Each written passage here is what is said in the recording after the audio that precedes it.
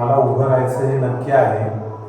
मला उभं राहण्याचं मी स्वतः न ठरवता नागरिक मला म्हणतात की तुम्ही उभे राहा.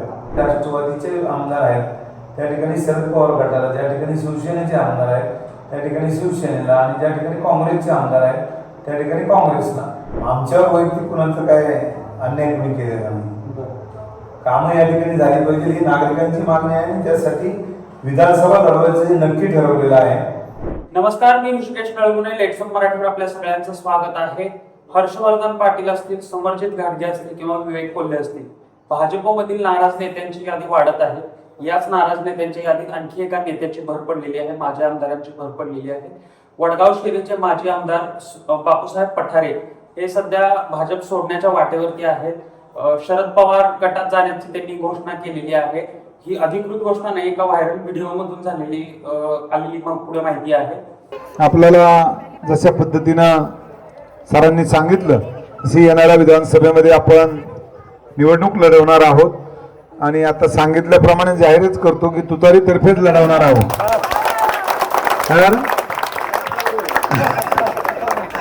तर या ठिकाणी मला सांगायचंय की आपण सर्वजण माझ्यावर प्रेम करत आहात. मला आम्हा मंडळींना मतदान करणार हे मला माहिती आहे, पण या परिसरात जे जे काही आपले नातेवाईक असतील, मित्रमंडळी असतील, ते त्या परिसरामध्ये सगळीकडे आपण तुतारी. याच व्हायरल व्हिडिओ क्लिप बद्दल बोलण्यासाठी आणि त्यांच्या पुढील राजकीय वाटचालीबद्दल बोलण्यासाठी आपल्यासोबत स्वतः बापूसाहेब पठारे आहेत.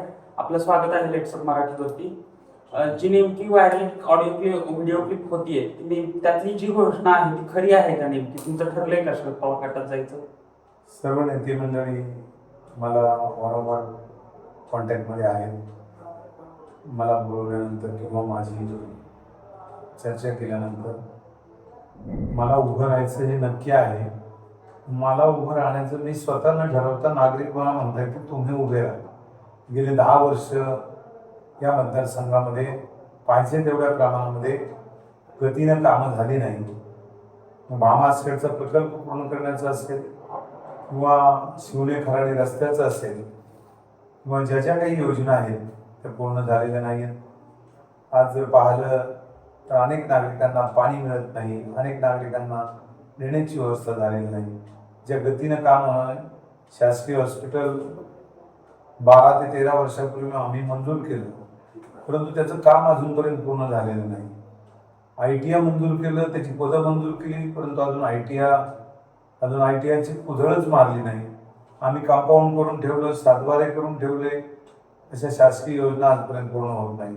आणि म्हणून नागरिक म्हणतायत की बापूसाहेब तुम्ही उभे राहा, तुम्ही कसे राहा, कुठूनही राहा, पण तुम्ही उभे राहा, हे सातत्यानं नागरिक बोलत आहेत. सर्व नेते मंडळी माझ्या संपर्कात आहेत, परंतु भूमिका स्पष्ट होणार हे येणारा काळच सांगेल. यासाठी भाजप सोडणार तुम्ही? भाजपला या ठिकाणी जागा नाहीये. ही जागा राष्ट्रवादीला आहे, शरद पवार गटाला आणि अजित पवार गटाला. समोर आमदार त्या ठिकाणी आहे, किंवा समोरचा नागरिकांचं म्हणणं आहे की तुम्ही त्यांच्या बाजूने उभे राहा, जर भाजपला जागा नाही. आणि म्हणून भाजप सोडण्याचा काही नसताना सुद्धा या ठिकाणी नागरिकांच्या आग्रहास्तव उद्या सोडावे लागेल, किंवा ते काय काळच सांगेल. मग तुमचे राष्ट्रवादी शरद पवार गटात प्रवेश करण्याबाबत कुणाशी चर्चा झाली? म्हणजे जयंत पाटील असतील, शरद पवार असतील, यांची काही चर्चा, भेट झाली? जयंत पाटील साहेबांची माझी भेट झाली, पवार साहेबांची माझी भेट झाली. ते सांगतात की तुम्ही काय असेल ते सांगा, थोड्या दिवसामध्ये त्याच्याविषयीचा निर्णय होईल. काय शब्द मिळाला त्याचे? शब्द म्हणजे जे काय होणार ते सांगतील की तुम्ही उभे राहा, ते सांगतील त्यावेळेस तो निर्णय होईल. म्हणजे महाविकास आघाडीमध्ये ही जागा शरद पवार गटाला सुटणार आहे, ते कन्फर्म झालेलं आहे. महाविकास आघाडीमध्ये शरद पवार गटालाच ही जागा, कारण ज्या ठिकाणी राष्ट्रवादीचे आमदार आहेत त्या ठिकाणी शरद पवार गटाला, ज्या ठिकाणी शिवसेनेचे आमदार आहेत त्या ठिकाणी शिवसेनेला, आणि ज्या ठिकाणी काँग्रेसचे आमदार आहेत त्या ठिकाणी काँग्रेसला. असं असल्यामुळं आणि नागरिकांचा आग्रह असल्यामुळं तुम्ही उभे राहा, की ते 10 वर्षामध्ये या मतदारसंघामध्ये कामाची जी गती आहे ते गतीनं होत नाही, आणि त्यामुळे नागरिक म्हणतायत की तुम्ही उभे राहा, तरच या मतदारसंघाची कामं गतीनं होतील. आणि हा मतदारसंघ ज्या पद्धतीनं थोडासा मागे राहिलेला आहे तो गतीने पुढे जाईल. मग यासाठी आम्ही नगर रोडचं जो रोड ब्रिज व्हावा त्यासाठी आम्ही गडकरी साहेबांना पत्रव्यवहार केला. गडकरी साहेब ज्यावेळेस हयातला आले होते त्यावेळेस मी त्यांच्याशी चर्चा केली आणि तो झाला पाहिजे ही मागणी आमचीही आहे आणि थोड्या दिवसामध्ये ती सुरू होईल. आपण जर बघितलं ज्या ज्या नेत्यांनी आतापर्यंत भाजप सोडण्याची घोषणा केली किंवा सोडलेली आहे ते नेते एक तर त्यांची नाराजी जाहीरपणे व्यक्त करतात किंवा भाजपनं कसा अन्याय केला, भाजपमध्ये कसा अन्याय झाला हे जाहीरपणे सांगतात. तुमचं असं काय आहे का? तुम्हाला वाटतं का भाजपमध्ये अन्याय वगैरे झाला असं काही? अन्याय वगैरे कोणी काय आमच्यावर काही केलेलं नाही. नागरिकांच्यावर अन्याय आहे की त्यांची कामं होत नाही. मग आमच्यावर वैयक्तिक कुणाचं काय अन्याय कोणी केलेला नाही. कामं या ठिकाणी झाली पाहिजे ही नागरिकांची मागणी आहे आणि त्यासाठी विधानसभा लढवायचं हे नक्की ठरवलेलं आहे. आणि त्यामध्ये पवार साहेबांचा असेल किंवा जयंत पाटील साहेब असतील, सुप्रियाताई असतील यांच्याशी संपर्क झालेला आहे.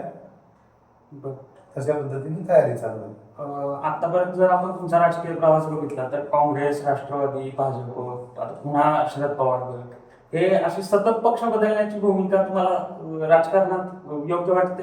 नाही, वेळेला ज्या ज्या वेळेस वेळ आली त्या त्यावेळेस नागरिकांनी सांगितल्याप्रमाणेच बदल केलेला आहे. नागरिक ज्यावेळेस सांगतील त्या पद्धतीनेच बदल केलेला आहे. वैयक्तिक कुठेही स्वार्थासाठी कुठेही बदल केलेला नाही. ज्या पद्धतीने मतदारसंघामध्ये नागरिक सांगतील त्याच पद्धतीने वेळोवेळी बदल केलेला आहे. लोक तुमच्या भूमिकेला पाठिंबा देतात, विश्वास ठेवतात? हो, लोकांचा पाठिंबा आहे, लोकांचा विश्वास आहे म्हणून विश्वासाच्याच बाजूने नेहमी आम्ही लढत असतो. अच्छा. आणि इथं मग आता जे इथले नेते आहेत इथल्या नेत्यांची काही चर्चा झाली का महाविकास आघाडीतल्या? म्हणजे शिवसेना उद्धव बाळासाहेब ठाकरे असतील किंवा काँग्रेसचे नेते इथले जे इच्छुक आहेत? इथल्या नेत्यांचं म्हणणे आहे की ज्या पार्टीला तिकीट मिळेल म्हणजे ते पवारसाहेब गट असेल, काँग्रेस असेल किंवा उद्धव ठाकरे साहेबांची शिवसेना असेल यांचं म्हणणे ज्याला आपल्यापैकी ज्याला तिकीट मिळेल, ज्या पक्षाला हे मतदारसंघ आहे त्यालाच आपण निवडून आणायचं अशी सर्वांची भूमिका. त्यांच्याकडून तुमचं स्वागत होतं? ते ऑटोमॅटिकच होईल ना ज्यावेळेस आता प्रवेश होईल आणि पवार साहेबांचं त्यांचं ठरलेलंच असेल. कारण ते मी सांगितलं तसं आहे की जिथं उद्धव साहेबांच्या जागा आहे तिथं उद्धव साहेबांनाच मिळणार, जिथं काँग्रेसच्या जागा आहे तिथं काँग्रेसलाच मिळणार आणि जिथं पवार साहेबांच्या जागा आहे तिथं पवार साहेबांनाच मिळणार असं तो गणित ठरलेलं आहे त्यामुळे. आणि त्या पद्धतीनं आणि ह्या मतदारसंघामध्ये सर्वांचीच मागणी आहे की सर्व नागरिकांची की बापूसाहेब तुम्ही उभं राहा, आम्ही तुमच्या बरोबर आहोत. ही भूमिका नागरिकांची असल्यामुळे आम्ही तसं चर्चा आमची झालेली आहे. मध्यंतरी आपण बघितलं तर जगदीश मुळे तिथले जे भाजपचे माजी आमदार आहेत त्यांच्या एका कार्यकर्त्यांनी म्हणजे इथल्या भाजपच्या एका पदाधिकाऱ्याने एक पत्र व्हायरल केलं होतं. त्या पत्रामध्ये जर ही जागा अजित पवार गटाला सुटली तर भाजपचे नेते काम करणार नाहीत असं ते त्या पत्रामध्ये उल्लेख होता. तर महायुतीमधली ही अडचणीकडे कसं बघता तुम्ही? नाही, तसं आता जगदीश मुळे कधी आमदार होते, त्यांची इच्छा आहे की आपण आमदारकी लढावी. आमचा कोणाला काही विरोध नाही कोणाला, पण आम्ही लढणार हे ठाम आहे. आणि व्हायरल केलं ते जे तुम्ही म्हणता की ते कार्यकर्ते म्हणतात कारण ज्यावेळेस भाजपचा उमेदवार इथं उभा होता त्यावेळेस तिकडल्याच कार्यकर्त्यांनी विरोधात काम केलं म्हणून ते मला सांगत होते की ते भाजपचे कार्यकर्ते की त्यांनी आपल्या विरोधात काम केलं, आपण त्यांचं काम करणार नाही. आता तुम्ही एवढ्या वर्ष झालं भाजपमध्ये आहात, तुम्हाला इथले भाजपच्या कार्यकर्ते पदाधिकारी सगळे व्यवस्थित माहिती आहेत, अंतर्गत यंत्रणा माहिती आहे. तर जे पत्रात उल्लेख होता की अजित पवार गटाला मदत करणार नाही, तर असं होऊ शकतं का की गट मदत करणार नाही अशी भूमिका मुळे घेऊ शकतात? ते आता त्यांना माहिती आहे, परंतु कार्यकर्ते मात्र घेऊ शकतात तशी भूमिका. म्हणजे आमदार घेतील का नाही हे मला नाही सांगता येणार, ते त्यांना माहिती. पण कार्यकर्ते घेऊ शकतात ती भूमिका हे मी सांगू शकतो. मग आता यंदाच्या विधानसभेला तुम्ही तारीकडून असणार हे निश्चित? ते आता काल सांगेल.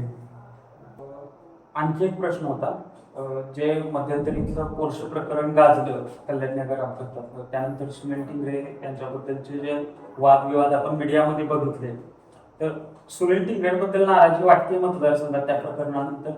भरपूर आहे, नागरिक बोलत आहेत. ते काय बोलतायत? प्रकरण झालं त्यावेळेस मी इथं नव्हतो, मी बाहेर होतो. बरं. मी त्यावेळेस काश्मीरला होतो. बरं.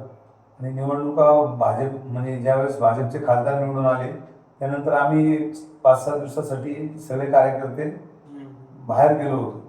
असं नाही की भाजपच्या पैशावर गेलो होतो. आम्ही आमचे कार्यकर्ते स्वतः गेलो होतो, कारण काही गैरसमज होईल की भाजपच्या निवडणुका झाल्या आणि आमदार बाहेर कसे काय गेले. असं नाही, आम्ही आमचं पहिलेच ठरलेलं होतं की निवडणुका झाल्यावर आपण काश्मीरला जाऊ. त्यामुळे आम्ही जाऊन आलो होतो, पण त्या काळात हे घडलं होतं. आम्हाला तिकडे समजलं की असं घडलं म्हणून. आणि त्या 2 अभियंत्यांचा मृत्यू झाला, त्यामुळे नागरिक त्रस्त आहेत. नागरिकांच्या मध्ये नाराजी आहे, हे नक्की आहे. कारण आम्हाला आजही म्हणतात लोक की या प्रकरणामध्ये, आणि आता आपण पाहिलं की मीडियाला पाहतो किंवा बातम्या पाहतो, त्यामध्ये स्वतः पोलीस आयुक्तच सांगतात की संशयास्पद आहे. काय आहे ते त्यांना माहिती किंवा आम्हाला काय माहित नाही. त्यांची भूमिका संशयास्पद होती या सगळ्या प्रकरणात. या प्रकरणामध्ये आयुक्तांच्या स्टेटमेंटमध्ये आहे की आमदारांच्या विषयी संशय आहे, गुन्हा दाखल होऊ शकतो. ते बातम्यामध्ये दिसतंय, आम्हाला माहित नाहीये. कारण ते काय त्यावेळेस आम्ही स्वतः नव्हतो. मग हा त्यामध्ये मुद्दा निवडणुकीत 2 गाड्यांच्या मध्ये काय झालं किंवा कसं झालं, काय झालं आम्हाला माहित नाही. त्यावेळेस किती गाड्या होत्या, कोण कोण गाड्या चालवत होतं, काय झालं ते आम्हाला माहित नाही. लोक म्हणतात, लोकांची चर्चा आहे, पण आम्हाला माहित नसल्यामुळे आम्ही नाही बोलू शकत. परंतु चर्चा आहे लोकांची. पोर्शो कारमध्ये ज्या 2 तरुण, म्हणजे 1 तरुण आणि 1 तरुणीचा मृत्यू झाला, त्याबद्दलची हळहळ आज मोठ्या प्रमाणामध्ये या मतदारसंघामध्ये आहे.